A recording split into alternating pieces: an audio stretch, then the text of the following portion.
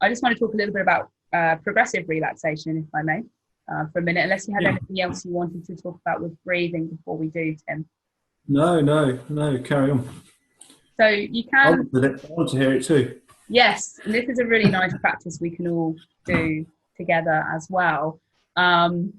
So along with the breathing and the diaphragm breathing, there's certainly the breathing in for 3, breathing out for 3, which just gives that really nice pace and rhythm and steadiness.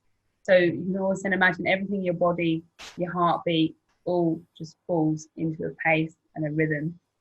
And we can add a little more to that. And within this practice as well, it gives us the opportunity to check in with our bodies, which we can provide a lot of with massage, with touch in these areas.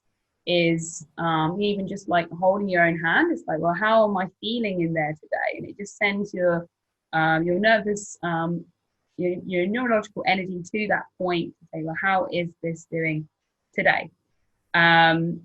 Is by sending now, I'd like you all to sort of sit in a relaxed position. If you can, lie down, but then practice this lying down at night. And I see your comment there, Alex, that you'd like a dedicated breathing session. I think that's a really good idea. And we could do a dedicated video on it, and we could do a dedicated video also on this progressive relaxation if you find it helpful, something you can use at night. So let's take a moment just to stop. And let's be mindful. Mindfulness is a very powerful tool for bringing you into the present, rather than projecting ourselves to the issues we had in the past or to the issues we might have in the future. So come into your mantras that I mentioned. I'm here.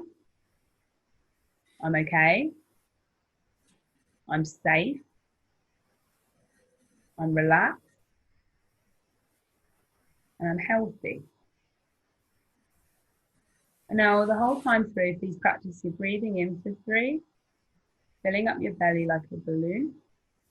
And breathing out for 3, engaging your diaphragm to release all the air from your lungs. And I'll encourage you with your next in-breath to turn your direction of your attention to your feet. And as you're breathing in, I want you to squeeze those toes in, hold that feet tight. And as you're breathing out, then let it all go. And if you can do this a couple of times, and even picture all the little muscles and bones of your feet, just relaxing and letting go, and see what that feels like to relax. Like I just felt my back relax, even from relaxing my feet. And then we'll just slowly move the awareness of the body. You take as long as you need on any area that feels particularly tight. So first then we'll be clenching our calves up towards our thighs, and then dropping our legs and letting them go and letting them fully relax. So sort of squeezing up through the legs as we're breathing in. And then letting them go and relax, and imagining all the little muscles and feeling those connected muscles up through the hips and the pelvis. And now squeezing through the pelvis floor. So you can just imagine that filling up with blood now as you're breathing all of that nourishment into that area. And relax. And let it go. And you feel some of the tension you've been feeling in your glutes, in your hip flexors. If you pull it tight, you feel it fighting, we let it go, feel it relax. And moving up now into your tummy. So as you're breathing in, but sort of pull your tummy in tight, let yourself elevate up. And as you're breathing out, just let it all hang out, like after Sunday dinner when you've undone your flies, and you can just let it go. Breathe it in tight through your tummy. And relax, let it go. Moving into the upper torso. For this, I would always just try and elevate the rib cage. So breathing in, really try to imagine your ribs becoming as big as possible.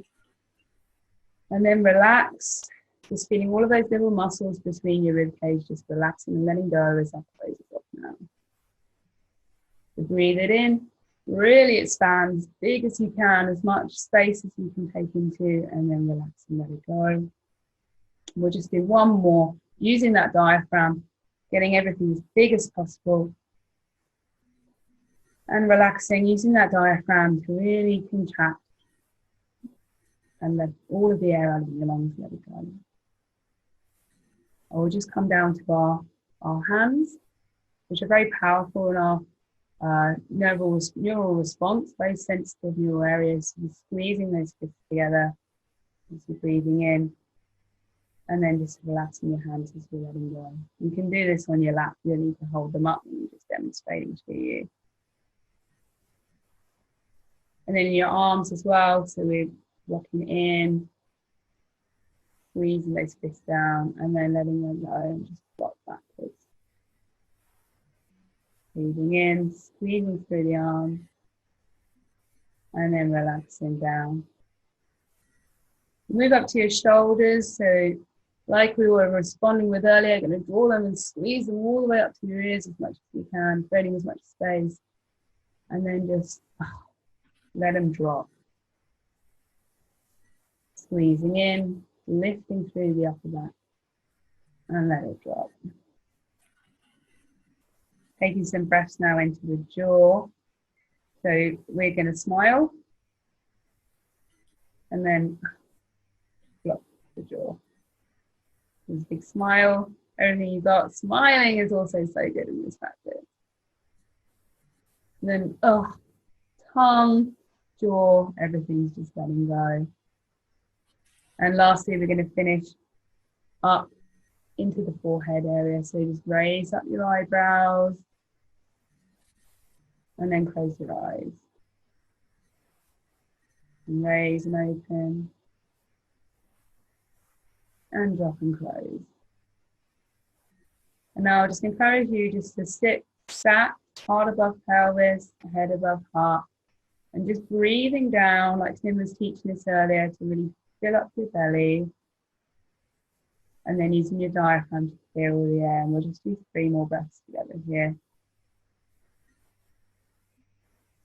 And as you're breathing, we're just going to revisit our mantras. I'm okay. I'm safe.